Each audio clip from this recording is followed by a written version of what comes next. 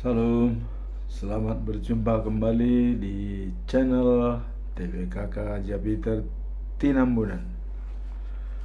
Firman Tuhan pada hari ini, di hari yang ke-342, diambil dari kitab Hakim-Hakim pasal 10 ayat 10. Israel mengaku salah karena menyembah berhala. Sebagai nats atau ayat pada hari ini dikatakan sebagai berikut. Lalu berserahlah orang Israel kepada Tuhan. Katanya, kami telah berbuat dosa terhadap Engkau, sebab kami telah meninggalkan Allah. Kami telah meninggalkan Allah kami, lalu beribadah kepada para Baal. Bacaan pagi diambil dari Matius pasal 24 ayat 45 sampai dengan 51. Pelayan yang setia dan pelayan yang tidak setia. Bacaan malam Ibrani pasal 12 ayat 18 sampai dengan 28. Petunjuk dan peringatan dari Allah. Sebagaimana biasanya tetap kita sampaikan pedoman kita pada bulan Desember dengan topik kenakanlah perlengkapan senjata terang. Dijabarkan dalam Yohanes pasal 1 ayat 9. Terang yang sesungguhnya yang menerangi setiap umat sedang datang ke dunia. Itulah firman Tuhan diambil dari 3 perikop pada setiap hari, yaitu bacaan harian 1 ayat, dan kemudian bacaan pagi, dan juga bacaan malam. Kalau kita melihat topik adalah kenakanlah perlengkapan senjata terang. Apakah ada senjata terang? Lazimnya tidak ditemukan adanya senjata terang, karena jenis-jenis senjata banyak sekali macamnya, dan tidak ada dikatakan senjata terang. Tapi perkataan di sini yang disampaikan oleh Yohanes, sesungguhnya yang menerangi setiap umat sedang datang ke dunia. Nah, sekarang kita mencoba bertanya, siapa terang itu yang sesungguhnya? Berarti ada terang yang bukan sesungguhnya. Ya, nah, itulah dikatakan terang dunia. Ya, kalau terang dari Allah itu sungguh benar. Allah berfirman, ya, dan Dia mengasihi dunia. Apakah ada hubungannya dengan terang, dengan firman Allah ini? Mari kita lihat kelanjutannya.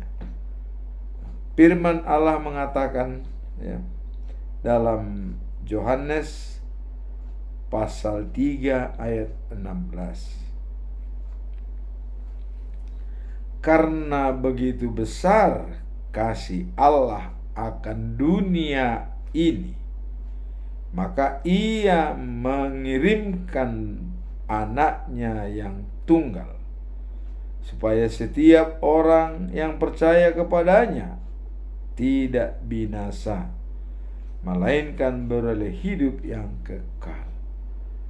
Nah, ini tidak binasa. Kemudian pertanyaan yang paling boleh dikatakan sangat signifikan, siapakah terang itu?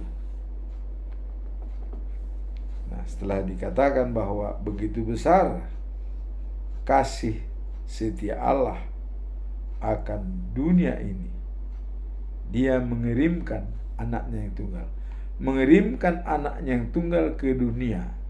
Sedangkan dalam Yohanes 1 ayat 9 dikatakan ya, akan datang ya, menerangi, artinya terang yang sesungguhnya yang menerangi setiap umat sedang datang ke dunia. Sedang datang. Kalau Allah mengatakan karena besar kasihnya, maka Dia mengirimkan anaknya yang tunggal, Tuhan, ya, supaya barang siapa percaya kepadanya tidak binasa, tapi beroleh hidup yang kekal. Nah,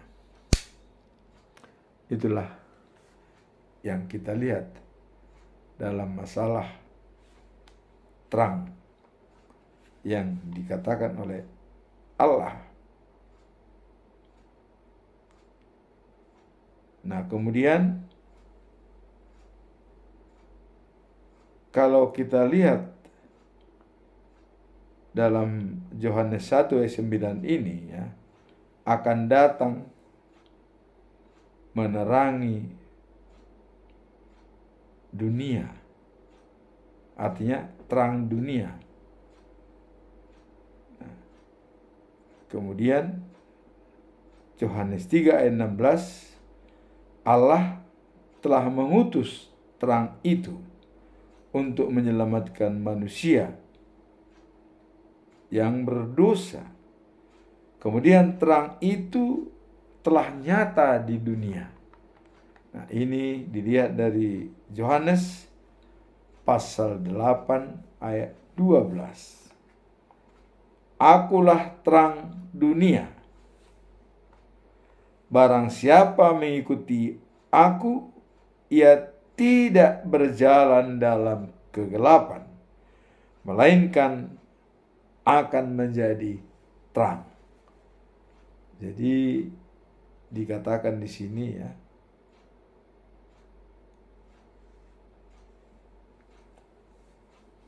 akulah terang dunia. Jadi Yesus sudah tidak lagi sembunyi-sembunyi, sudah mengatakan, akulah terang dunia. Kemudian, barang siapa mengikuti aku, ia tidak berjalan dalam kegelapan. Apa yang dimaksud dengan berjalan dengan kegelapan? Berjalan dengan kegelapan adalah kuasa daripada si iblis. Jadi kalau kita sudah dikuasai iblis, maka terang itu tidak mungkin bercahaya dalam diri kita. Tapi apabila kita menjaga ibadah sejati, yaitu kekudusan daripada seseorang, ya, maka jelas bahwa terang itu menjadi senjata kita. Artinya bisa mengalahkan kuasa-kuasa iblis atau kuasa-kuasa gelap. Nah, di sini dikatakan akan menjadi terang. Jadi begitu datang Yesus ke dunia sebagai terang, dan barang siapa percaya kepadanya, dia menjadi terang. Nah, ini jelas dikatakan ya. Nah, Jadi himbauan dalam bulan Desember dikatakan, kenakanlah perlengkapan senjata terang. Jadi Yesus telah mengatakan dengan terus terang, ya, akulah terang itu, kata Yesus. Sudah diakui. Kalau tadi kita masih menunggu, sekarang sudah diakui, akulah terang itu. Nah, kalau sudah diakui Yesus sebagai terang, berarti kita pun sudah bisa mulus dari hal belenggu-belenggu yang selama ini, ya, bercokol atau berada dalam diri kita, ya. Nah, kemudian mengikuti Yesus, ya, sama dengan menjadi terang. Jadi kalau kita sudah bersama Yesus, ya kita sudah menjadi terang, tidak lagi berada dalam kegelapan. Nah, mengikuti Yesus sama dengan menjadi terang. Sekarang apa lanjutan dari terang itu? Ya. Apa lanjutan daripada terang itu? Ya. Kemudian apakah kita bisa, ya, menghadapi kalau di akhir hidup kita menjadi hidup setelah kehidupan? Nah, apabila itu terjadi, maka kita sudah menjalankan terang, yang mana terang itu adalah Yesus.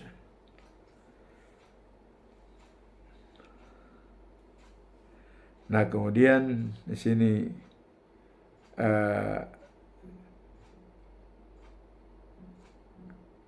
tidak bapa atau mati setelah hidup, tetap hidup setelah kehidupan.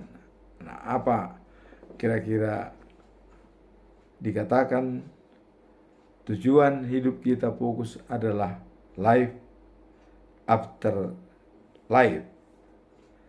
Artinya hidup setelah kehidupan sekarang, yang sudah dicontohkan oleh Yesus, ya. Dia mati 3 hari, dikubur, ya, ditanam 3 hari. Setelah 3 hari dia bangkit pada hari yang ketiga. Tetap sama seperti dia masih hidup, dan waktu bangkit kembali juga sama, tidak ada bedanya. Hanya bedanya pada waktu dia belum dibangkitkan, ya, masih manusia biasa, ya, bahwa dia berjalan, kalau masuk rumah harus mengetok pintu. Tapi setelah dia bangkit dari antara orang mati dan dihidupkan oleh Tuhan Allah, kalau dia masuk kepada rumah seseorang tanpa ada suara dan tanpa ada yang mengetahui, tahu-tahu dia masuk ke rumah, ada di situ. Nah, itulah makanya pernah murid-murid dia takut, mereka, ya, takut karena mereka tidak berpikir dia akan bangkit pada hari ketiga. Bahkan waktu mau menengok, maksud mereka mau memberikan minyak yang wangi-wangian, ya, ditambah minyaknya.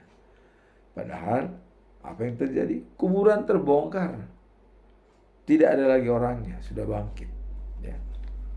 Nah, jadi dengan contoh kebangkitan itu, Yesus sebagai role model Nah, sehingga ya kita untuk menuju life after life tidak perlu ragu.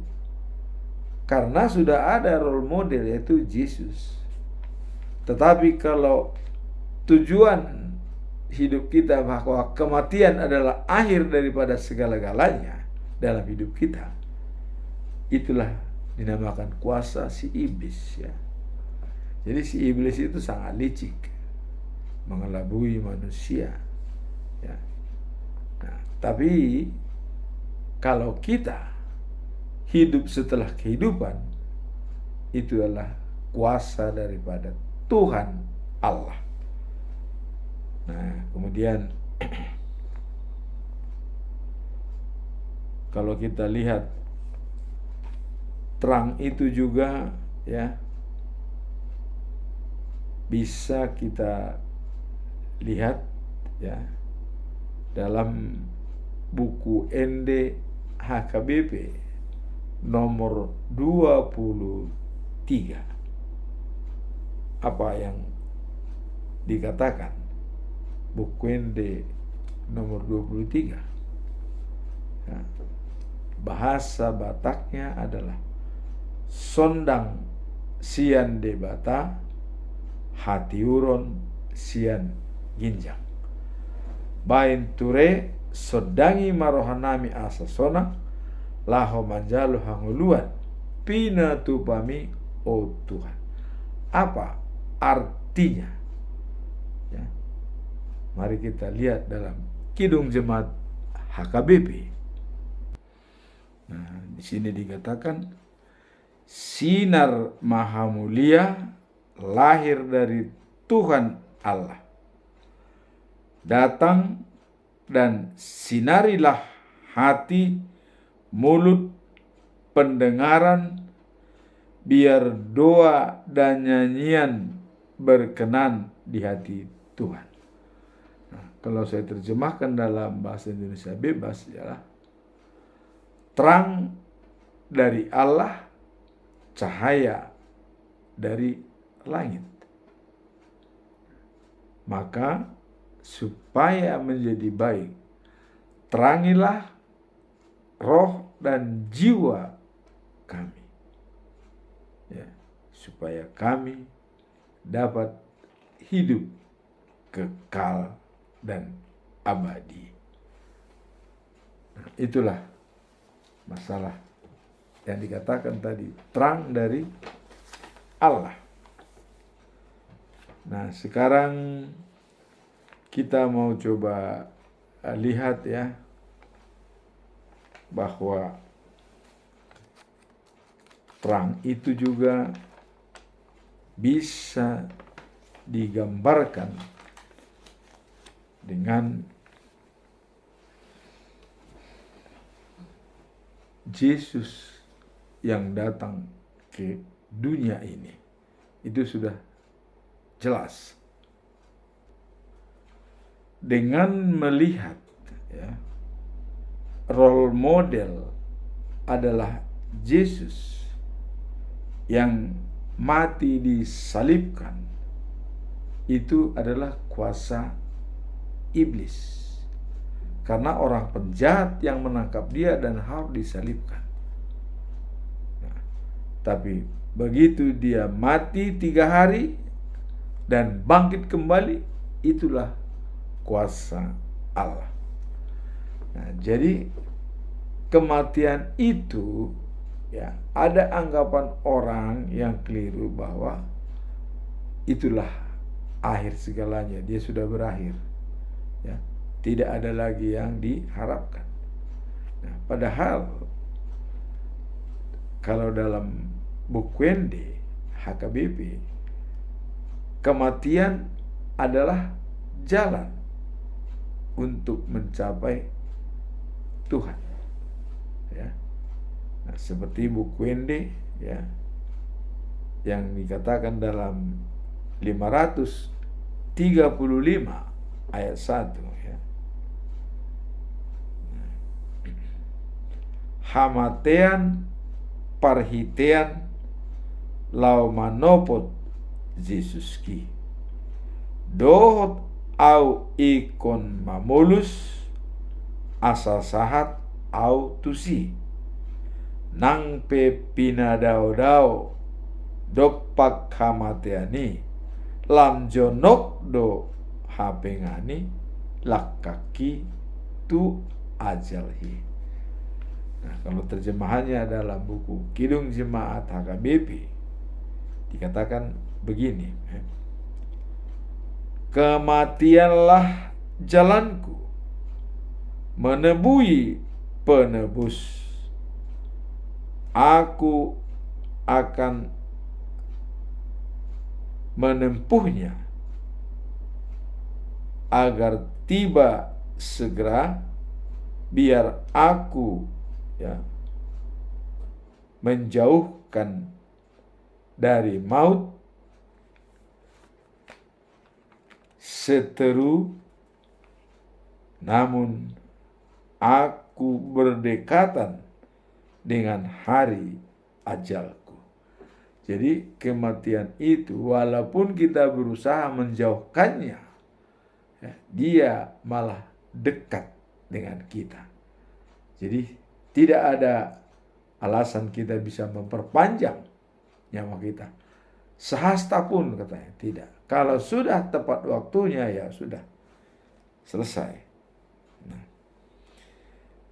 Kemudian di samping Yesus sebagai terang, juga dikatakan sebagai jalan dan kebenaran firman Tuhan. Kita lihat dalam Yohanes pasal 14 ayat 6. Akulah jalan, kebenaran, dan hidup. Tidak ada seorang pun, tidak ada seorang pun yang sampai kepada Bapa tanpa melalui aku, kata Yesus. Nah, ini penegasan dengan di Alkitab, yang mendasar untuk diimani oleh semua manusia ciptaan Tuhan. Mulai dari Adam sampai kita saat ini. Ini tetap berlaku bagi semua orang. Akulah jalan, hidup, dan kebenaran. Tanpa ada seorang pun yang sampai kepada Bapa tanpa melalui aku. Jadi ini jelas. Hanya Yesus sebagai jalan menuju surga.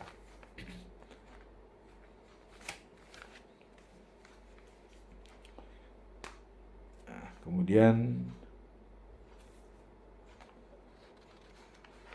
kalau kita melihat tidak seorang pun sampai kepada Bapa tanpa melalui Dia. Dan untuk menguatkan bahwa Yesus adalah jaminan hidup bagi kita, tertulis di dalam Yohanes pasal 6 ayat 35. Dikatakan sebelum ayat 35 dikatakan sebagai berikut. Pasal ayat 32.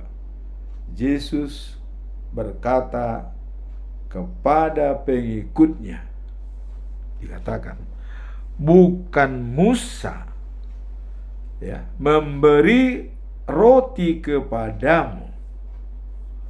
Jadi Musa hanya perantara, bukan Musa, tapi Bapakulah memberi kepadamu roti yang datang dari surga.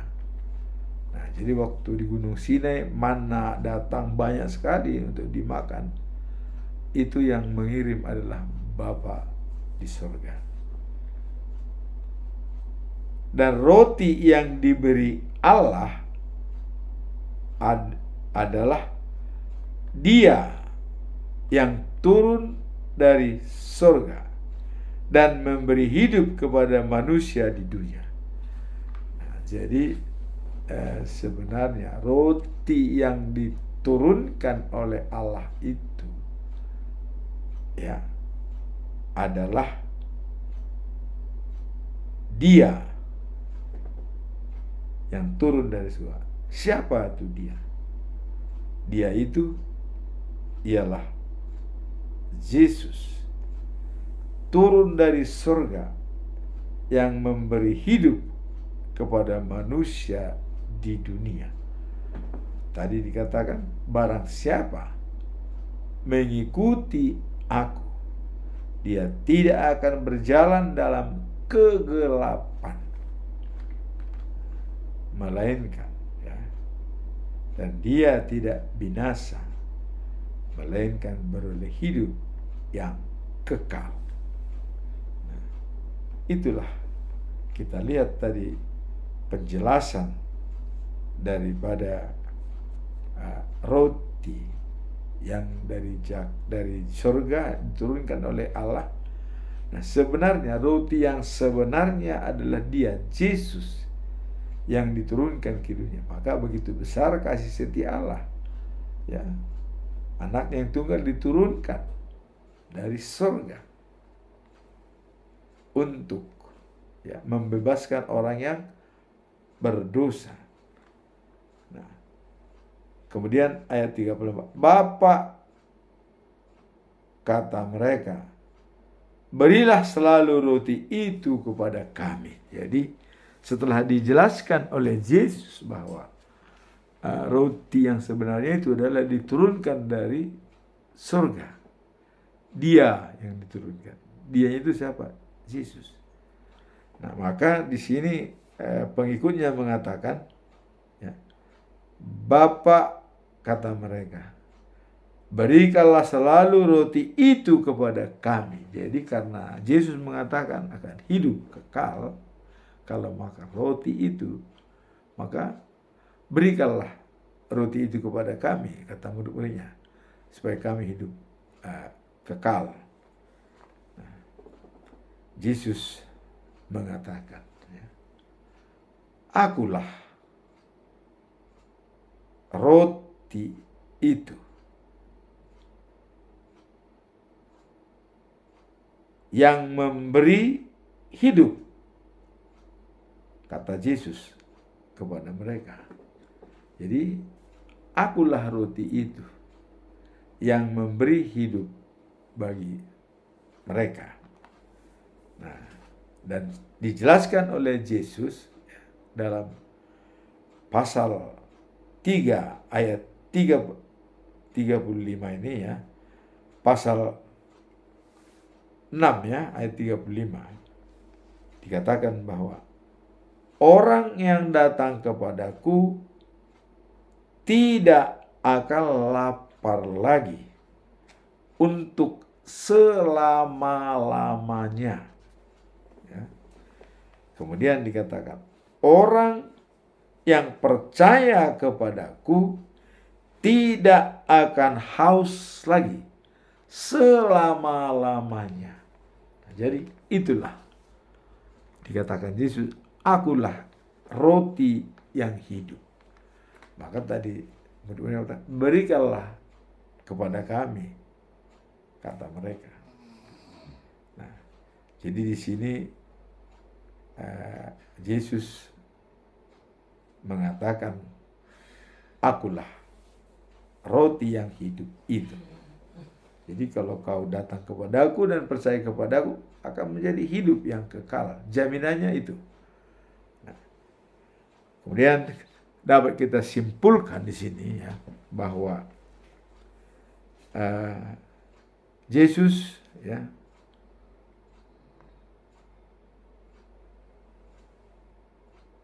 datang dari surga, dan Yesus adalah sebagai senjata terang untuk melawan kegelapan. Dia senjata terang. Nah, kemudian sebagai jalan menuju surga. Yohanes 14 ayat 6. Nah, kemudian Yesus sebagai kebenaran firman Allah.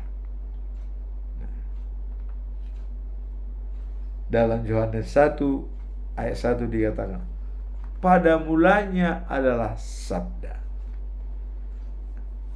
Dan sabda itu adalah Allah sendiri.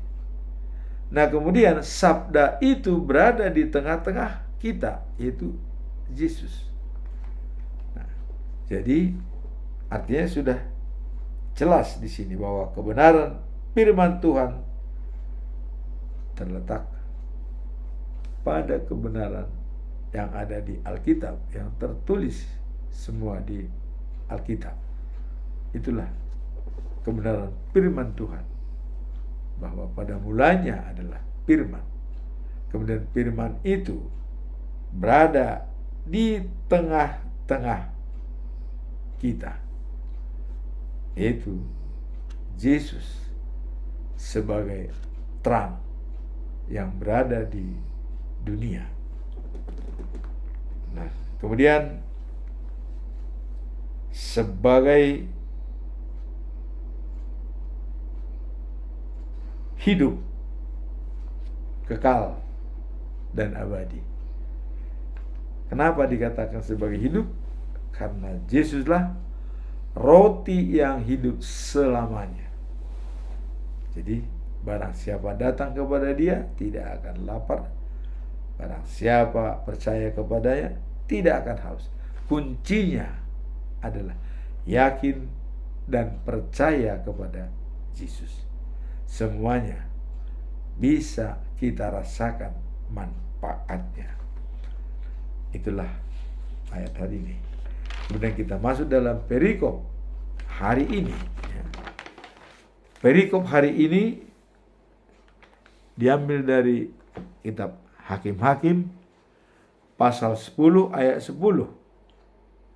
Israel mengaku kesalahannya. Israel ini sebenarnya sudah lama mereka berdosa kepada Tuhan.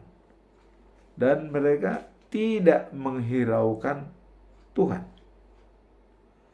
Nah, mereka menyembah dewa-dewa, ya, Baal dan Asitoret yang disembah oleh orang Amori, ya, orang Amon, orang Filistin.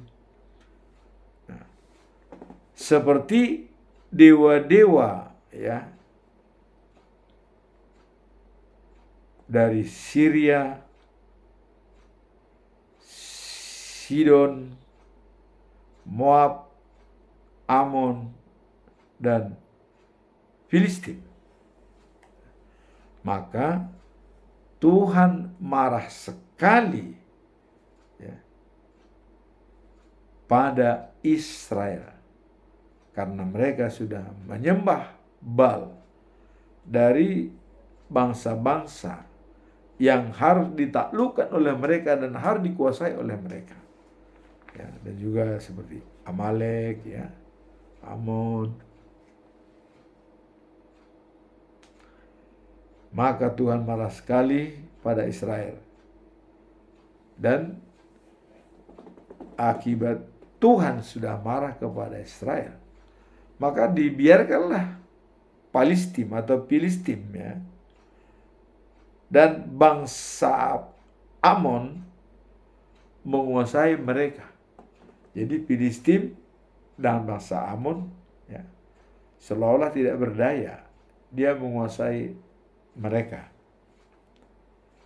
Nah, kemudian 18 tahun lamanya mereka diperbudak dan dikuasai oleh bangsa Amon, Filistin, ya, di mana? Di Gilead, daerah orang Amori sebelah timur sungai Jordan dilakukan dengan kejam kepada orang-orang Indonesia yang dianggap tidak kompeten, ya.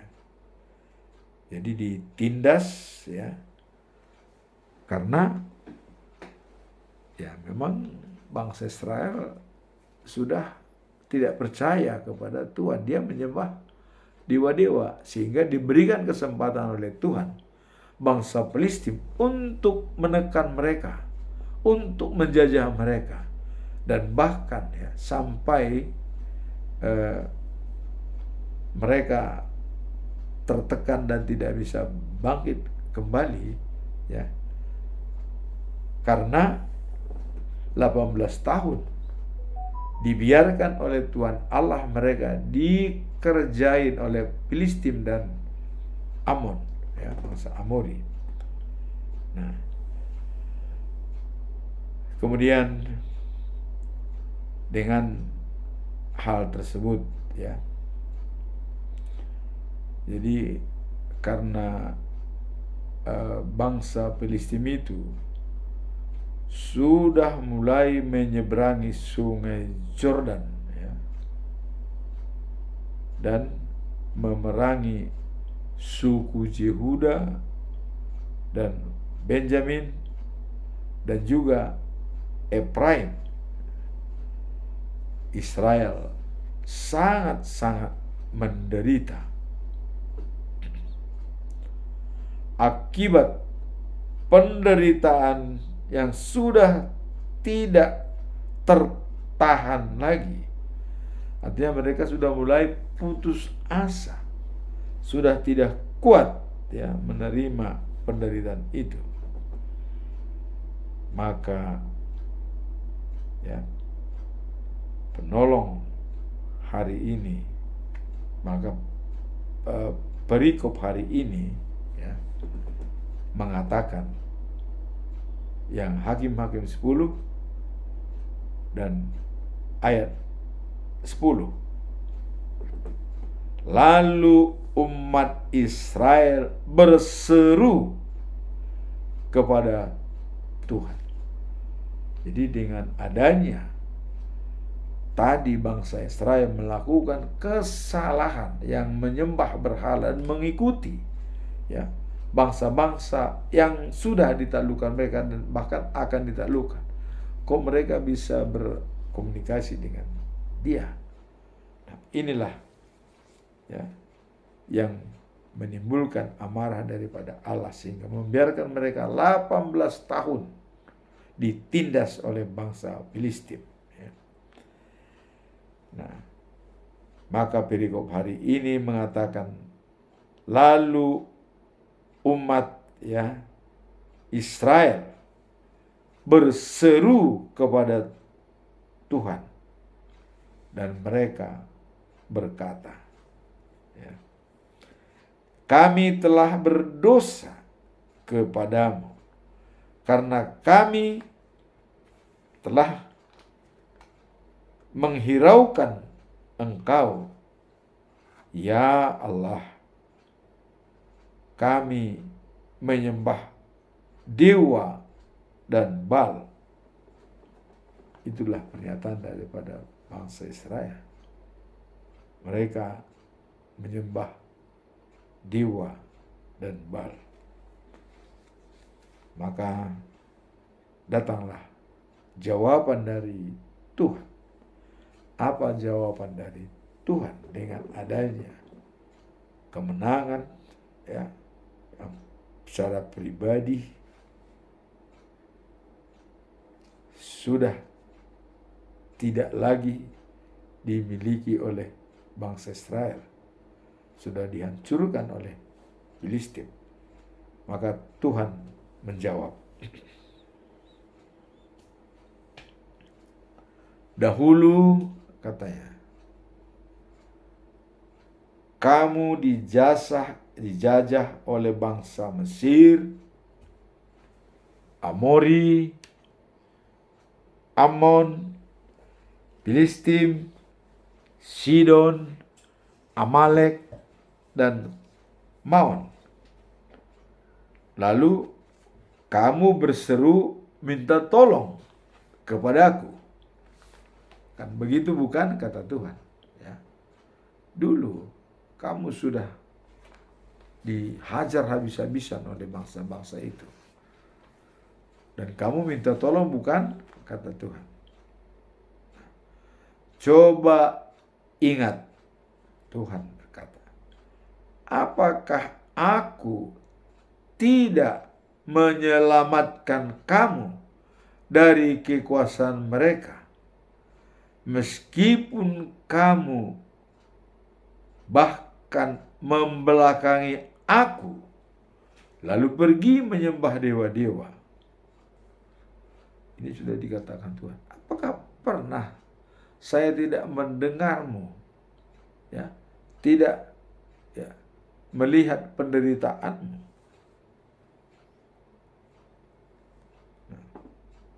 Jadi sekarang aku tak mau lagi membebaskan kamu. Wah, ini antipati sudah. Tuhan itu sudah antipati. Ya, tidak lagi menyenangkan hatinya, tapi sudah menimbulkan amarahnya. Dikatakan sekarang aku tak mau lagi membebaskan kamu. Pergilah kepada dewa-dewa yang kamu pilih itu, berserulah kepadanya. Nah, ini saking marahnya sudah Tuhan Allah dikatakan, silakan pergi kamu kepada dewa-dewa yang kau sembah itu, yang kau pilih itu, dan berserulah kepada dia. Apakah ada jawaban? Ini tadi dinyatakan oleh Yesus, ya, atau Tuhan Allah, bahwa pergilah kamu ke dewa-dewa itu. Sekarang aku tak mau lagi membebaskan kamu. Jadi disuruh pergi kepada mereka dengan maksud Tuhan Allah mengatakan, biarlah mereka menolong kamu waktu kesusahan. Dibiarkan mereka menolong kamu. Israel berkata kepada Tuhan, kami telah berdosa Tuhan. Lakukanlah apa saja yang Engkau kehendaki, ya, asal Engkau menolong kami hari ini. Jadi ada pernyataan sikap dari bangsa Israel. Lakukanlah apa saja terhadap kami, tapi tolong, ya, kami dibantu pada hari ini, karena sudah terjepit, sudah mulai, ya, ada ditekanan-tekanan kepada mereka dari orang Amori, Filistim, dan bangsa-bangsa yang pernah dijajah itu. Nah, kemudian mereka membuang semua patung berhala lalu menyembah Allah. Nah, jadi akhirnya, ya, supaya Allah tidak membenci mereka, dibuang semua patung-patung berhala itu, dibuang semua. Ternyata ini tidak ada dia. Karena tadi katakan, berserulah kepada dia, apakah kamu bisa ditolong? Nyatanya tidak. Nah, maka bangsa Israel dengan tekad membuang semua patung berhala lalu menyembah Allah. Maka Allah pun, ya, terharu hatinya melihat mereka dalam kesukaran.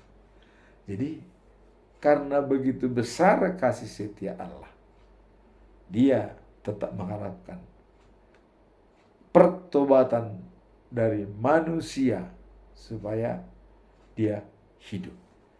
Nah, di sini bangsa Israel telah jelas-jelas bertobat.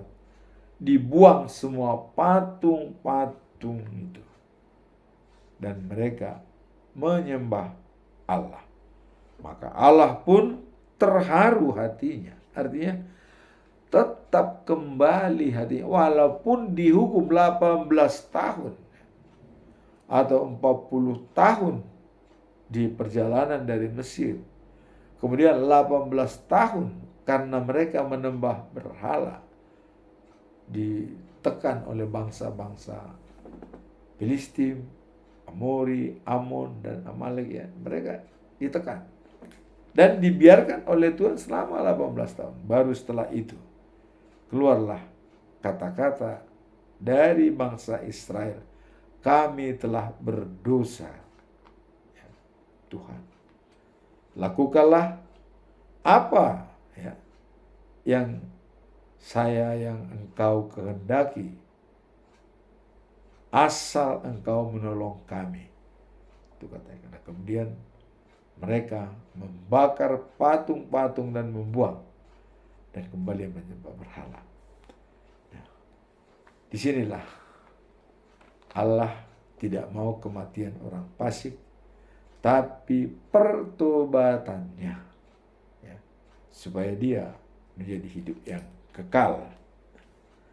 Nah, maka Allah pun terharu hatinya melihat mereka dalam kesukaran. Jadi Tuhan adalah kasih. Dengan kasihnya Tuhan, maka bangsa Israel diselamatkan.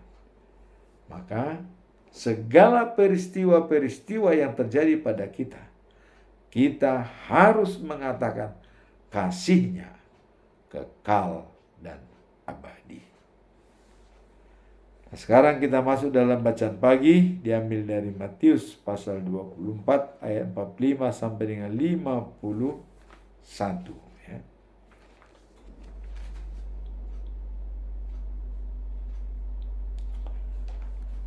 Nah, dengan perikop pelayan-pelayan yang setia dan tidak setia. Nah, ini Yesus mulai menyampaikan kepada murid-muridnya. Yesus berkata, ya,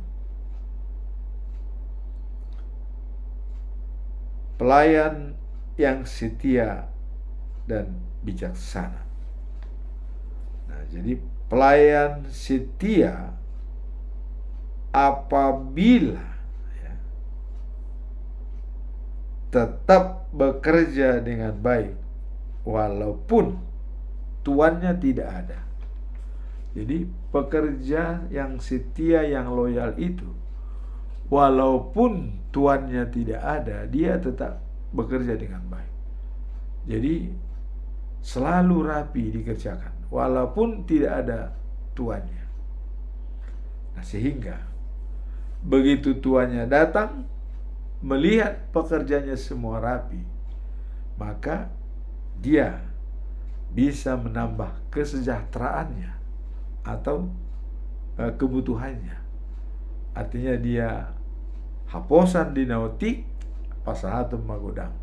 Dia dipercaya, padahal dalam kejujuran memimpin anak buah. Dia tidak berbuat serong dan dia tetap menjaga dan menjalin komunikasi dengan anak buahnya, sehingga dia adalah pelayan yang setia kepada Tuhan.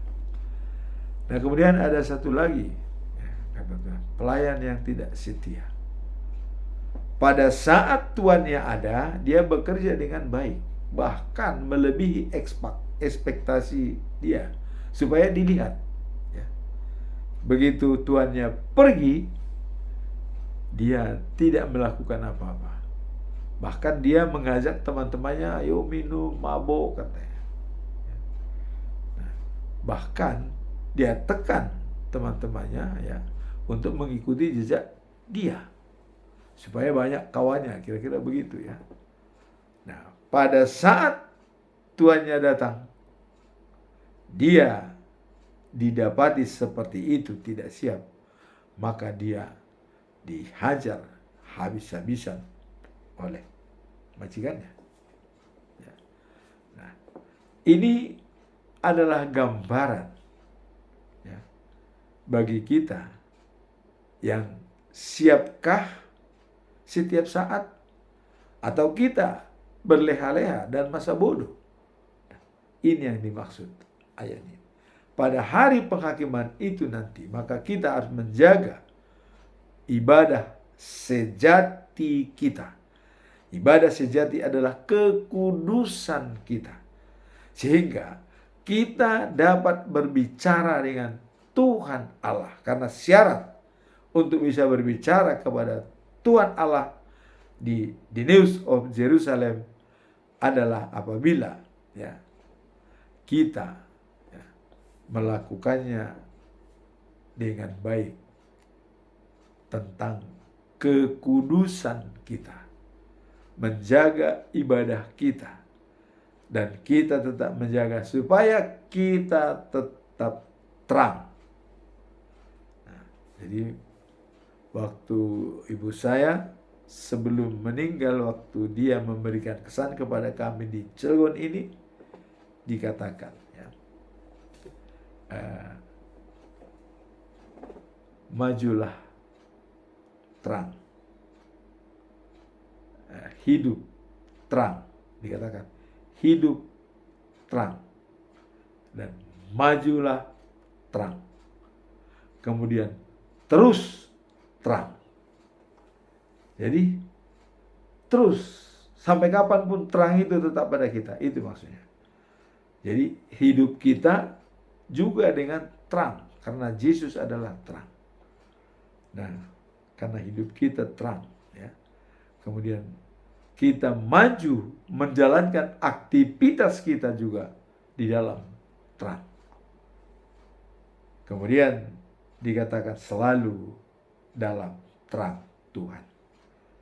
Artinya kalau kita sudah selalu dalam terang, maka waktu tadi atau kedatangan Yesus yang kedua kalinya, karena itu katanya seperti air bah yang sangat menggelegar ya, sangat ditakuti. Pada awalnya orang melihat biasa-biasa, akhirnya tenggelam semua ya.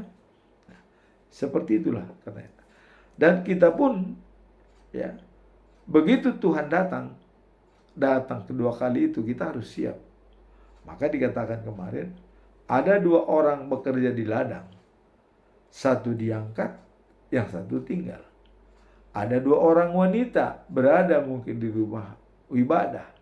Satu diangkat, satu tidak.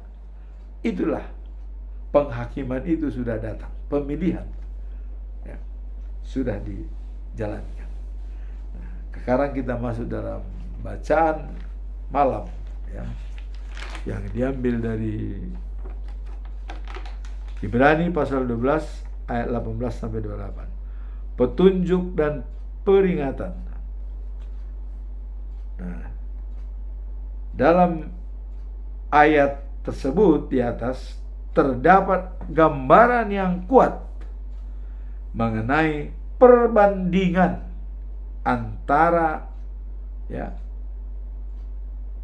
pengalaman bangsa Israel saat menerima hukuman di Gunung Sinai dan pengalaman orang percaya dalam menghadap kepada Tuhan di Yerusalem atau surgawi. Nah, ayat ini menekankan bahwa kita tidak lagi hidup di bawah perjanjian yang menakutkan, melainkan telah diberikan hak istimewa untuk mendekati Allah yang penuh kasih. Jadi mendekati Allah penuh kasih. Tentu ibadah sejati kita adalah menjaga kekudusan kita. Nah, dalam ayat 18 sampai 21 dikatakan menggambarkan ya, Gunung Sinai di mana bangsa Israel mengalami ketakutan ya, dan keterasingan ketika berhadapan dengan Allah. Jadi waktu itu kalau malam adalah tiang api, siang tiang awan. Jadi sangat-sangat kencang. Kalau awan datang ya, pasti ada yang ditakutkan kalau kita melihat awan datang. Bahkan pesawat terbang kalau bertemu dengan awan itu bisa jatuh ya. Nah, sedangkan ayat 22 sampai 24 ya mengatakan bahwa kita telah sampai pada Gunung Sion, yaitu tempat yang penuh sukacita dan kebersamaan dengan Tuhan, dan dengan pengantar kita adalah Yesus Kristus sebagai jalan, karena Dia hidup. Nah, kemudian di ayat 25 sampai 27 ya, pengingat diberikan kepada kita agar tidak menolak untuk mendengar suaranya. Jadi jangan sampai kita tidak mau mendengar suaranya, tapi kemarin mendengar suaranya takut karena kebingungan ya. Maka kita tidak perlu takut mendengar suaranya, yang menunjukkan bahwa Tuhan masih berbicara kepada kita. Jadi artinya itu adalah cara Tuhan masih berbicara kepada kita. Akhirnya di ayat 28-29 kita diingatkan akan pentingnya ya mengucap syukur dan hidup dalam kekudusan, menjaga ibadah sejati kita. Nah, karena Allah kita adalah api yang menghanguskan, yang berarti kita harus hidup secara bijaksana dan sesuai dengan kehendaknya. Pesan moral yang diambil adalah perlunya kita selalu mendekat kepada Tuhan Allah dengan tetap syukur dan pengharapan, serta tidak mengabaikan suaranya. Jadi apa suara Tuhan kita dengar, jangan mengabaikan, dan kita tetap mengucap syukur. Nah, kita dipanggil untuk hidup dalam ketaatan dan kekudusan. Jadi kita dipanggil untuk tetap menjaga kekudusan dan ketaatan. Dan kita sembah adalah Allah yang penuh kasih, tetapi Allah yang kudus, dan Allah itu adalah kasih. Yohanes pasal 4 ayat 8. 1 Yohanes pasal 4 ayat 8. Orang yang tidak mengasihi tidak mengenal Allah, sebab Allah itu adalah kasih. Jadi kita tidak perlu takut dalam hari penghakiman tersebut, karena Allah itu adalah kasih. Demikianlah firman Tuhan pada hari ini. Semoga bermanfaat untuk kita imani setiap saat. Amin. Tuhan memberkati kita.